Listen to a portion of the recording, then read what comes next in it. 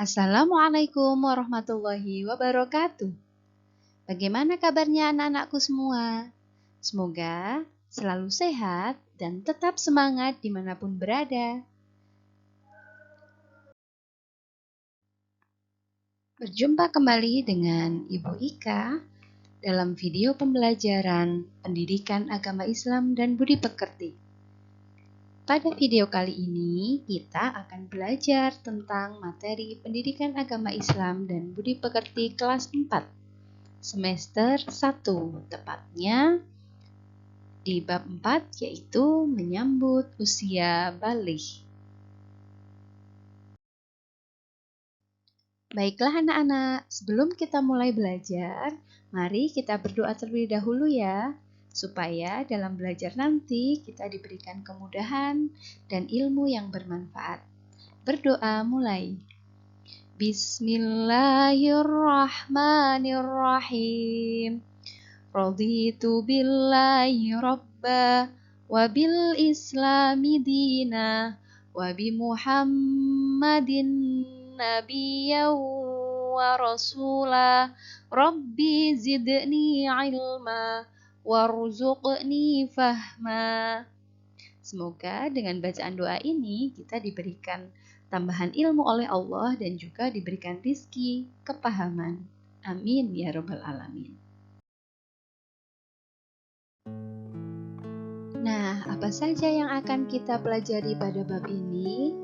Pada bab menyambut usia baligh ini, kita akan belajar tentang pengertian baligh, tanda-tanda baligh menurut ilmu fikih, tanda-tanda baligh menurut ilmu biologi, dan kemudian kita juga akan mengenal tentang kewajiban setelah usia baligh.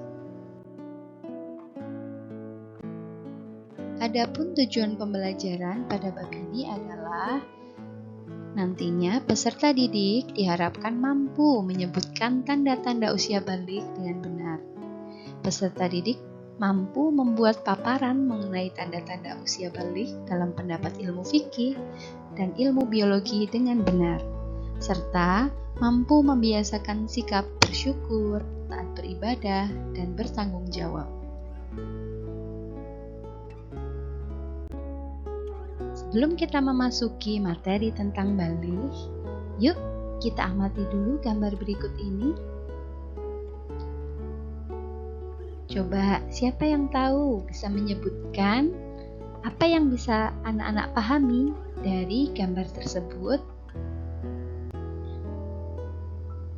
Baik, gambar ini adalah gambar tentang perkembangan manusia, mulai dari kecil sampai dengan dewasa. Nah, bagaimana anak-anak? Apakah kalian sudah mengalami perubahan tubuh sejak kelas 1 sampai kelas 4 saat ini? Tentunya kalian mengalami perubahan pada badan dan mental sesuai perkembangan usia ya.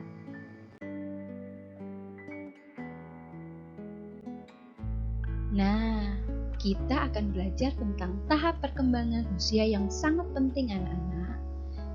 Kenapa penting? Sebab tahap perkembangan usia ini berhubungan dengan kewajiban menjalankan syariat Islam, nak, yaitu usia baligh atau dewasa. Kemudian, apa itu usia baligh atau dewasa? Kita akan tahu dari pengertiannya. Secara bahasa, baligh berasal dari kata balagha yang artinya sampai. Sedangkan secara istilah, baligh ialah kedewasaan bagi seorang muslim, baik itu laki-laki maupun perempuan. Tentunya anak-anak sering mendengar bahwa anak yang sudah usia baligh itu dikatakan dewasa karena dianggap sudah bisa membedakan mana yang baik dan mana yang buruk. Sudah bisa mengetahui mana yang hak dan mana yang batil, mana yang benar dan mana yang salah. Sudah tahu kan anak-anak?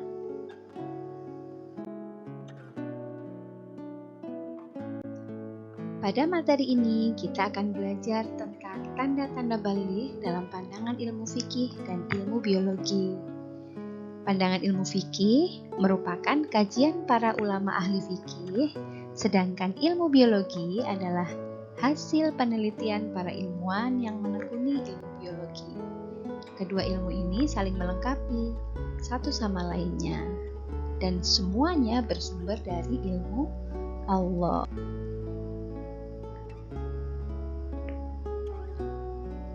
Tanda-tanda baligh menurut ilmu fikih. Apakah anak-anak sudah mengetahui tanda-tanda baligh menurut ilmu fikih? Apakah ada perbedaan tanda-tanda baligh menurut ilmu fikih antara seorang laki-laki dan perempuan? Nah, sebelum kita mengetahui apa saja tanda-tanda baligh menurut ilmu fikih, hendaknya kita harus tahu dulu tentang fikih itu sendiri. Jadi, fikih adalah ilmu tentang hukum Islam. Fikih membahas tentang tata aturan ibadah, baik yang berhubungan dengan Allah atau yang berhubungan dengan sesama manusia. Salah satu bahasan ilmu fikih adalah ilmu tentang tanda-tanda baligh ini, Nak. Mari kita ketahui tanda-tanda baligh menurut ilmu fikih. Yang pertama, mimpi basah. Mimpi basah ini biasanya terjadi ketika anak-anak berusia menginjak 9 tahun atau lebih. Ketika anak-anak sudah mimpi basah, berarti anak-anak sudah dewasa.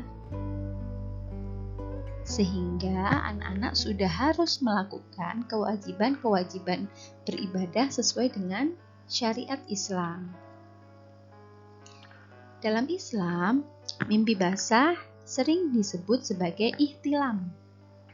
Ihtilam ini adalah mimpi yang menyebabkan keluarnya cairan mani secara alami pada saat anak-anak sedang tidur.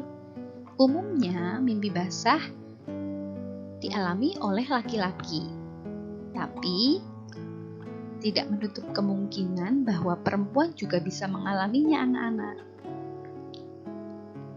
Selanjutnya, tanda baligh yang kedua adalah haid bagi anak perempuan. Haid merupakan kodrat seorang perempuan, Nak. Haid adalah keluarnya darah dari kemaluan seorang perempuan bukan karena penyakit, melainkan memang proses dari pertumbuhan. Dengan datangnya haid ini,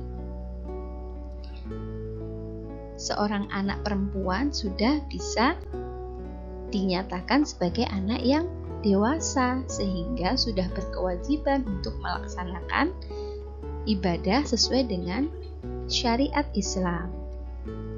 Tanda baligh yang ketiga adalah berusia 15 tahun. 15 tahun di sini artinya sempurna. Usianya 15 tahun dengan berdasarkan kalender Hijriyah, ya, Nak.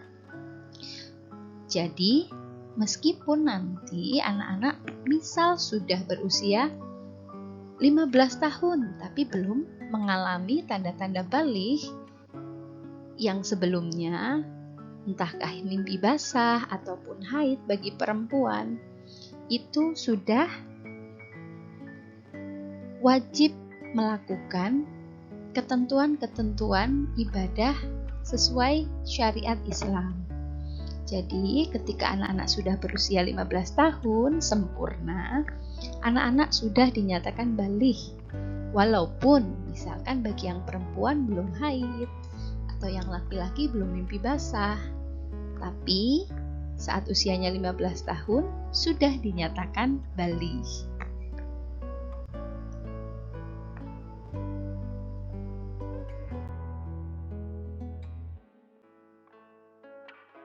Nah, anak-anak, bagi anak-anak yang sudah mengalami salah satu dari tanda-tanda baligh, entah itu mimpi basah atau haid bagi perempuan, maka anak-anak memiliki kewajiban untuk mandi bagi yang berhadas besar, karena mimpi basah dan haid itu adalah hadas besar. Supaya apa? Supaya bisa melaksanakan ibadah-ibadah wajib seperti sholat, kemudian puasa, dan ibadah sunnah seperti membaca Al-Quran.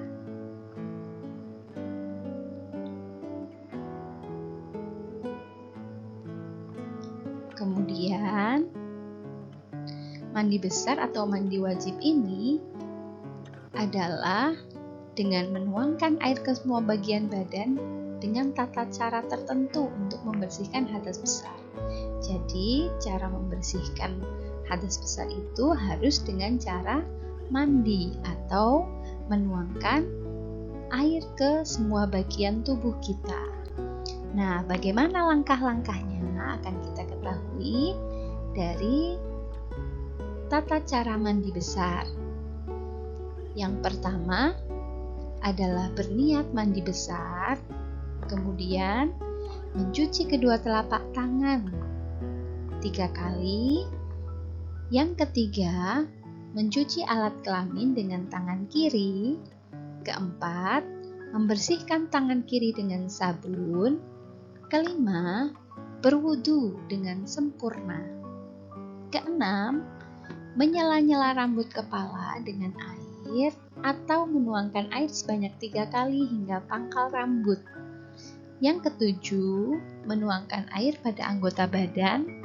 Dan kedelapan, membasuh kaki. Demikian tadi tata cara mandi besar. Jadi seluruh anggota tubuh kita harus terbasuh ya anak-anak, harus bisa bersih dari hadas dan najis yang ada dalam tubuh kita, yang ada di kulit tubuh kita. Kemudian ada larangan bagi orang yang berhadas besar. Ya, sebelum kita mensucikan diri dengan cara mandi, maka orang yang berhadas besar tidak boleh melakukan sholat, tidak boleh sujud tilawah, tidak boleh sujud syukur, tidak boleh membaca, menyentuh, dan membawa Al-Quran, dan tidak boleh melakukan tawaf serta iktikaf atau berdiam diri di masjid. Jadi, sebelum seseorang itu melakukan mandi besar, ketika sudah mengalami tanda-tanda baligh, maka dia tidak bisa melakukan ibadah-ibadah wajib. Jadi, harus betul-betul diperhatikan ya nak. Ketika sudah mengalami mimpi basah ataupun haid, anak-anak juga harus bisa tata cara mandi besar.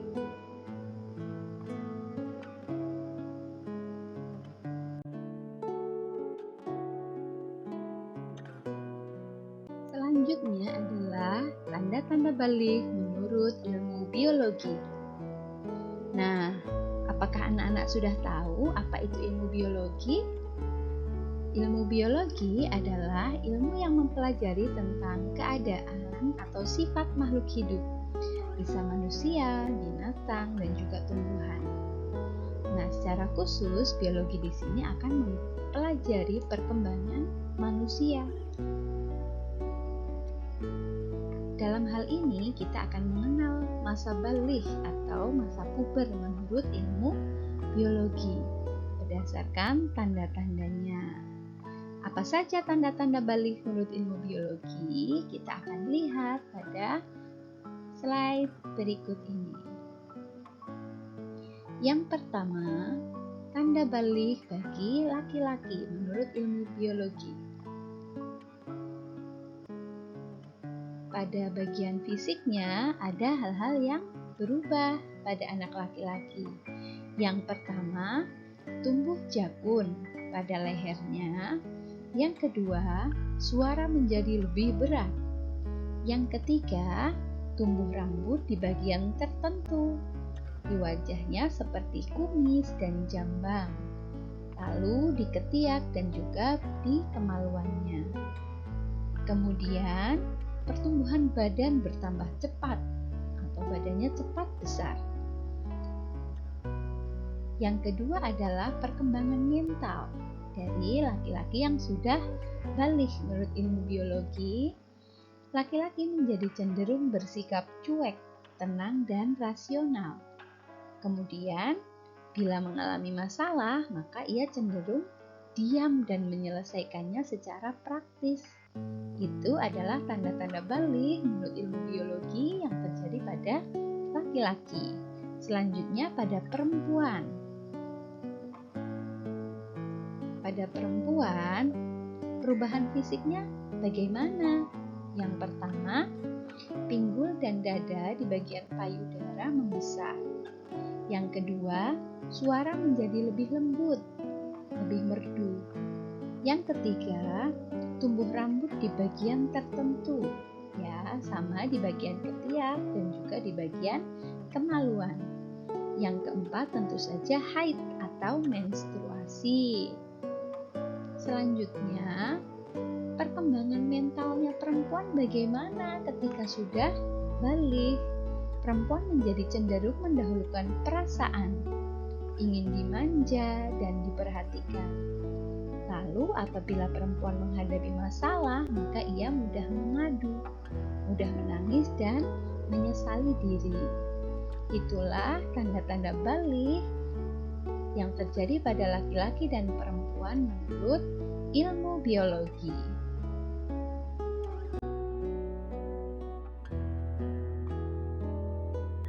Selanjutnya, kita akan belajar tentang kewajiban bagi seorang anak yang sudah memasuki usia balik.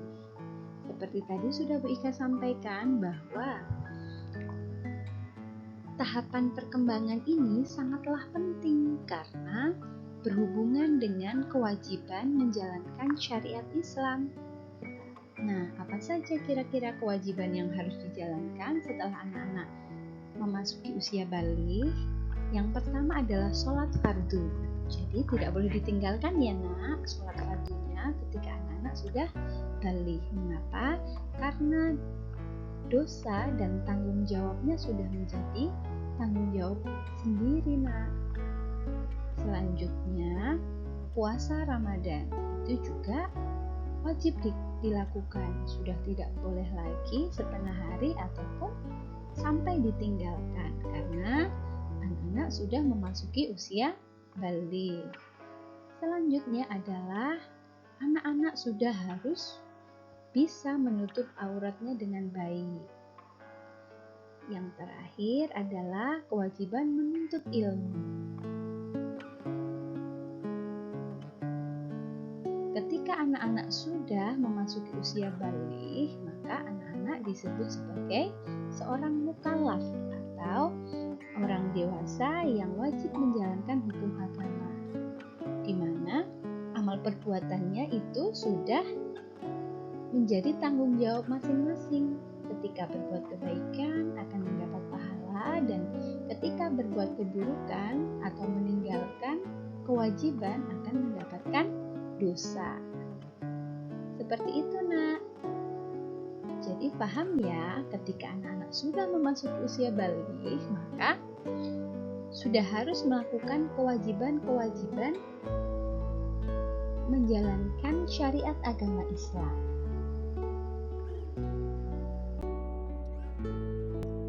Nah, demikian tadi pembelajaran kita tentang balik dan tanda-tandanya menurut ilmu fikih dan ilmu biologi anak-anak.